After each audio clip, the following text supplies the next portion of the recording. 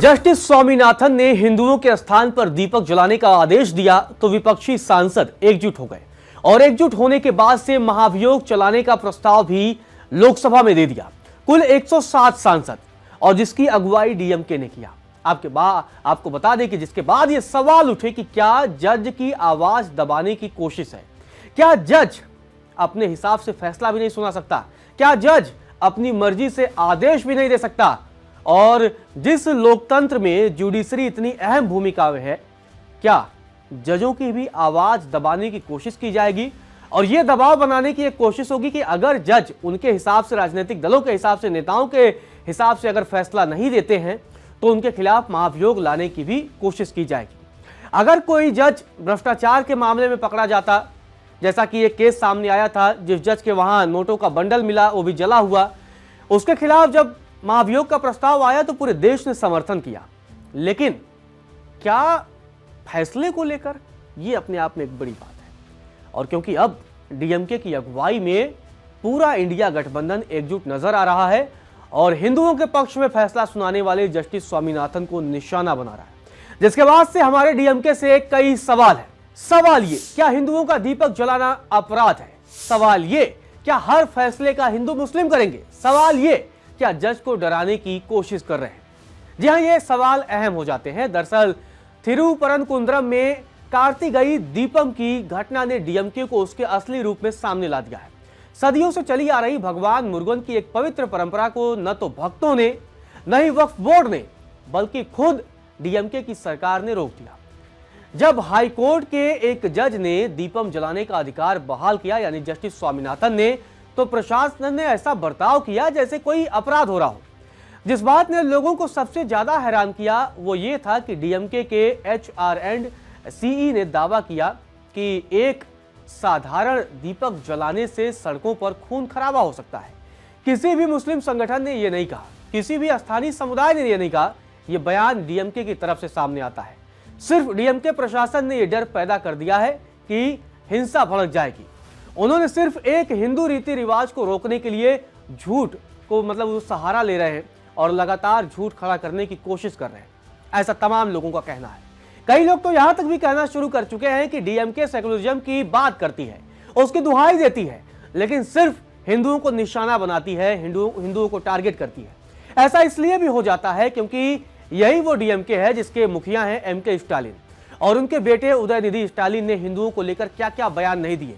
कभी कीड़े मकोड़े कहे गए, कभी उनके धर्म पर सवाल उठाए गए, और हर बार ऐसा करने की कोशिश हुई है कैसा कि हिंदुओं को निशाना बनाया जाए। आपको बता दें कि दरगाह या उससे जुड़ी प्रथाओं को चुनौती नहीं दी। ये एक बड़ा सवाल है कि डीएमके लगातार मंदिरों की प्रथाओं को तो चुनौती दे रहे हैं, लेकिन दरगाह या उससे जुड़ी किसी चुनौती को उससे जुड़ी प्रथाओं को चुनौती नहीं दे रहे हैं। डीएमके किसी दूसरी धार्मिक प्रथा पर कभी आपत्ति भी नहीं जताती, बल्कि उसमें शरीक भी होती है। उन्होंने डीएमके जानबूझकर कोर्ट जाकर भगवान मुरुगन की सदियों पुरानी परंपरा को रोकने की कोशिश भी कर रही है, जैसा कि सुप्रीम कोर्ट में इस मामले को ले जा रही है। निश्चित तौर पर आप सुप्रीम कोर्ट ले जाइए, लेकिन जिस तरीके से प्रशासन की तरफ से लोगों पर व्यवहार कराया जा रहा है, ये बिल्कुल भी उचित नहीं है। आखिर हिंदुओं ने ऐसा क्या किया है कि उन्हें दीपक जलाने के अधिकार के लिए भी कोर्ट में भीख मांगनी पड़ रही है? ये एक बड़ा सवाल हो जाता है। और ऐसा सिर्फ डीएमके के राज में ही क्यों हो रहा है, अपने आप में यह भी एक गंभीर सवाल है। और गंभीर सवाल यह है कि क्या मुस्लिम वोट बैंक की राजनीति में डीएमके इस कदर कहीं ना कहीं इस कदर वो खो चुकी है कि उसे बाकियों का दर्द, बाकियों की प्रथाएं और बाकियों की परंपराओं का ध्यान नहीं रह जाता। दरअसल आपको बता दें कि हाईकोर्ट के फैसले के बाद भी डीएमके प्रशासन ने अपने कदम पीछे नहीं खींचे, बल्कि अपीलें दायर की, मामला सुप्रीम कोर्ट पहुंचाया और कानून व्यवस्था की मनगढ़ंत चिंताएं भी उठाई। भक्त शांति से आपको बता दें कि पहाड़ी पर चढ़ रहे थे, लेकिन ये डीएमके की ही पुलिस थी जिसने अराजकता फैलाई और भक्तों को रोका, उन्हें हिरासत में लिया, और जो खबर सामने आई थी कि धक्का मुक्की भी हुई थी। जब अदालतें धर्म की रक्षा करती हैं तो सरकारें उस पर हमला करती हैं, ये एक बड़ा सवाल हो जाता है। तो जनता बहुत बारीकी से देख रही होती है कि कौन किसके अधिकारों के साथ खड़ा है और कौन जनता के अधिकारों के खिलाफ, क्योंकि जनता के लिए भी धार्मिक आस्था का विषय बहुत गंभीर विषय होता है, बहुत बड़ा विषय होता है। क्योंकि आने वाले समय में तमिलनाडु में विधानसभा चुनाव है 2026 में, और यहां पर यह फैसला जिस तरीके से डीएमके ने मुस्लिम वोट बैंक के चक्कर में किया है, वो फैसला अब आने वाले समय में डीएमके पर कितना भारी पड़ेगा। लेकिन उससे पहले आपको बता दें कि जो सबसे खतरनाक कदम है वो है डीएमके सांसद जस्टिस जीआर स्वामीनाथन के खिलाफ महाभियोग प्रस्ताव लाने की योजना। क्योंकि ये जो योजना आई उस योजना पर भी कई सवाल है। वो जज जिन्होंने कार्तिकेय दीपम जलाने के हिंदू अधिकार को सही ठहराया, सीधे सरल तथ्यों पर आधारित एक तर्कसंगत अदालती आदेश डीएमके के लिए अकल्पनीय था और गुस्से में आकर डीएमके खुद न्यायपालिका को ही निशाने पर लेने का फैसला करती है। इसके लिए वो कांग्रेस, ओवैसी की पार्टी एआईएमआईएम, उत्तर प्रदेश की समाजवादी पार्टी के मुखिया अखिलेश यादव और तमाम नेताओं को अपने साथ लेती है। ये कोई असहमति नहीं है, यह डराना धमकाना है। आप जज के फैसले से असहमत हो सकते हैं, उसको आप चुनौती दे सकते हैं। अगर हाईकोर्ट के जज ने वो फैसला दिया तो आप सुप्रीम कोर्ट जाइए, देश की सर्वोच्च अदालत का आप दरवाजा खटखटाइए। लेकिन जब आप महाभियोग प्रस्ताव लाने की एक कोशिश करते हैं, आप उस पर दस्तखत करते हैं, तो ये कहीं ना कहीं जजों को डराना हो जाता है। वो भी एक ऐसे जज को मतलब सबक सिखाना चाहते हैं जिसने झुकने से इनकार कर दिया। डीएमके और उसके सभी सहयोगी दल चाहते हैं कि न्यायपालिका उनकी बात माने, उसके हिसाब से फैसले दे, और अगर नहीं देगी तो हर बार यही रवैया अपनाएंगे। ये भी एक बड़ा सवाल हो जाता है। और यही सबसे बड़ी विडंबना यह भी है कि यही डीएमके और पूरा इंडिया गठबंधन जो संविधान खतरे में है लगातार चिल्लाते घूमते हैं, लगातार संविधान की लाल किताबें लेकर घूमते हैं, यही सबसे पहले लोकतंत्र के न्यायिक स्तंभ को भी हिलाते हुए दिख रहे हैं। जिस तरीके से जज के फैसले के खिलाफ आप महाभियोग लाने की तैयारी कर रहे हैं, और जब कोई जज उनकी राजनीति के हिसाब से फैसला देने से इनकार करता है तो वे संविधान विरोधी तरीके से व्यवहार करते हैं। उनका असली चेहरा भाषणों में नहीं बल्कि जिस तरह से वे संस्थानों का हाथ मरोड़ रहे हैं उसमें भी सामने आता है कि जुडिशरी के खिलाफ उसको दबाने की कोशिश है। इंडिया अलायंस की पार्टियां ठीक इसी तरह काम करती हैं जैसा कि इस पूरे मामले पर एक साथ दिखाई दिया। जब भी कोई जज हिंदू परंपराओं के पक्ष में या इंडिया अलायंस के पॉलिटिकल एजेंडा के खिलाफ जब फैसला सुनाता है तो वे उसे पक्षपाती, सांप्रदायिक या बिका हुआ करार देने लगते हैं। जब कोई जज उन्हें खुश करने के लिए फैसला सुनाता है तो वे उसे प्रगतिशील कहते हैं और कहते हैं कि हाँ, ये संविधान की जीत है।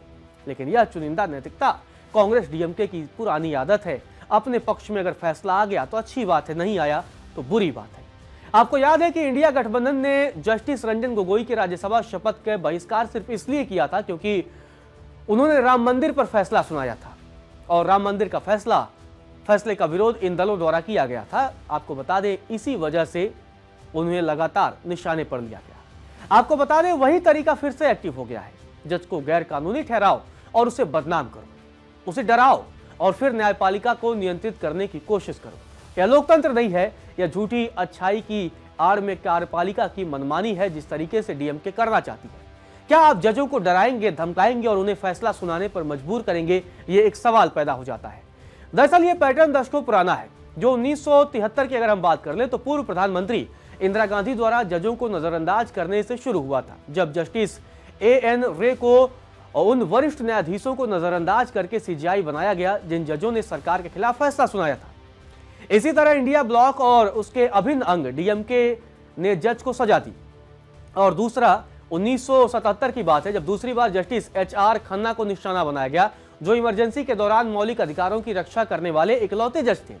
वही डीएनए अभी भी लग रहा है डीएमके में जिंदा है और लगातार उसी तरीके से जुडिशरी को अपने कंट्रोल में करने की कोशिश है। मोहन कुमार मंगलम ने खुलेआम कहा था कि न्यायपालिका को सत्ताधारी विचारधारा के प्रति प्रतिबद्ध होना चाहिए। डीएमके तमिलनाडु में उसी सिद्धांत को फिर से जिंदा करती हुई दिख रही है कि जजों को झुकना होगा, नहीं तो तोड़ दिया जाएगा, संविधान का सहारा लिया जाएगा, सदन का सहारा लिया जाएगा और अपनी ताकत का प्रदर्शन किया जाएगा कि हमारे पास इतने सांसद हैं। आज वे हिंदू रीति रिवाजों की रक्षा करने के लिए एक जज को लगातार हटाने की कोशिश है। अब यह भी एक बड़ा सवाल है कि क्या कल वो उस जज को भी हटाने की कोशिश करेंगे जो उनकी राजनीति का पालन करने से इनकार कर देगा, मतलब उनके राजनीतिक एजेंडे के खिलाफ आदेश देगा। अगर यह राजनीतिक दबाव नहीं है तो और क्या है, ये एक बड़ा सवाल है। महाभियोग प्रस्ताव कोई मामूली चेतावनी नहीं है। इसका मकसद न्यायपालिका को चुप कराना है, जजों को डराकर उनसे अपनी विचारधारा मनवाना है, खासकर जब हिंदू अधिकारों की बात हो। डीएमके ऐसी न्यायपालिका चाहती है जो उसकी राजनीति के सामने थर थर कांपे। एनडीए ऐसी न्यायपालिका के लिए खड़ा है जो सिर्फ संविधान के प्रति जवाबदेह हो। लगातार एनडीए इस बात की वकालत करता है, भारत के प्रधानमंत्री नरेंद्र मोदी इस बात की वकालत करते हैं, और कई बार जब देश की अदालतों का फैसला बीजेपी चाहे एनडीए के खिलाफ हो तो तब भी उसे स्वीकार करते हैं। ना कि उसके खिलाफ महाभियोग प्रस्ताव लाने की तैयारी करते हैं, क्योंकि उनके पास तो मेजॉरिटी है। आपको बता दें कि डीएमके की पूरी रणनीति एक समुदाय को खुश करने और दूसरे के खिलाफ आक्रामकता फैलाने की है। वक्फ की जमीनें अछूती हैं, चर्च के फंड अछूते हैं, लेकिन हिंदू मंदिर राज्य के कंट्रोल में होना चाहिए। फंड डाइवर्ट किए गए, जमीनों पर कब्जा किया गया, रीति रिवाजों पर रोक लगाने की कोशिश की गई। यह चुनिंदा भेदभाव कोई संयोग नहीं है, बल्कि लगता है कि जानबूझकर ऐसा मॉडल बनाया गया है जिससे अपनी राजनीतिक एजेंडे को साधा जा सके। यहां तक आपको बता दें कि HRC जो हिंदू मंदिरों की रक्षा के लिए बनी संस्था है, अब हिंदुओं के खिलाफ हथियार बन गई है। यह मंदिर के रीति रिवाजों के खिलाफ अपील दायर करती है, हिंसा की चेतावनी देती है, ऐसे काल्पनिक खतरों का आविष्कार करती है जिनका दावा किसी और ने नहीं किया, और ऐसा व्यवहार करती है जैसे मंदिर सरकारी संपत्ति हो। यह किस तरह की धर्मनिरपेक्षता है जो एक धर्म को प्रशासित करने वाली चीज मानता है और दूसरे धर्मों को सम्मान देता है? अपने आप में यह भी एक बड़ा सवाल पैदा होता है जो तमिलनाडु के सियासी गलियारों में आजकल गूंज रहे हैं। तमिलनाडु में जो भी हो रहा है वह कोई पहली घटना नहीं है। यह पूरे इंडिया गठबंधन की लगभग कई लोगों का कहना है, खासकर बीजेपी के लोगों का, कि यह उनकी सोच का हिस्सा है, जिसमें हिंदू मंदिरों को नियंत्रित करना, हिंदू संस्थानों को कमजोर करना, हिंदू रीति रिवाजों को रोकना और फिर सवाल पूछे जाने पर धर्मनिरपेक्षता का विलाप करना, ये तमाम चीजें उसमें शामिल होती है।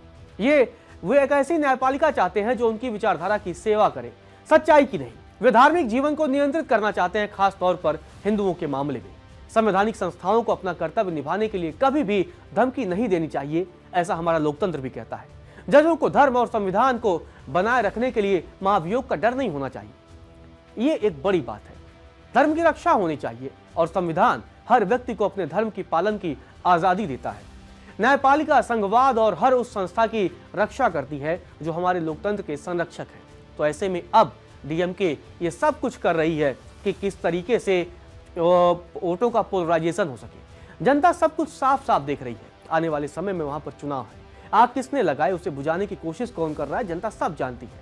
जनता के लिए ये एक बड़ा विषय होता है, उसकी आस्था बहुत बड़ा विषय होता है। आस्था और व्यक्ति विशेष की बात होती है, लेकिन जब वो जनमत संग्रह में एक जनसमूह में तब्दील होती है तो वो कहीं न कहीं उसका रुख कई बार बहुत कड़ा हो जाता है। जनता जानती है कि कौन उनके आस्था विश्वास का सम्मान करता है और कौन संविधान का सम्मान करता है और कौन दोनों से डरता है। भारत के लोगों ने इन्हीं मुद्दों पर अपना रुख जताया है। और आपको बता दें, जिस तरीके से ये डीएमके का फैसला है, जज को डराने का ये फैसला है, आने वाले समय में जब चुनाव होगा तो निश्चित तौर पर यह मुद्दा बनेगा, और यह मुद्दा कितना बड़ा बनेगा इस पर भी हमारी नजर बनी रहेगी।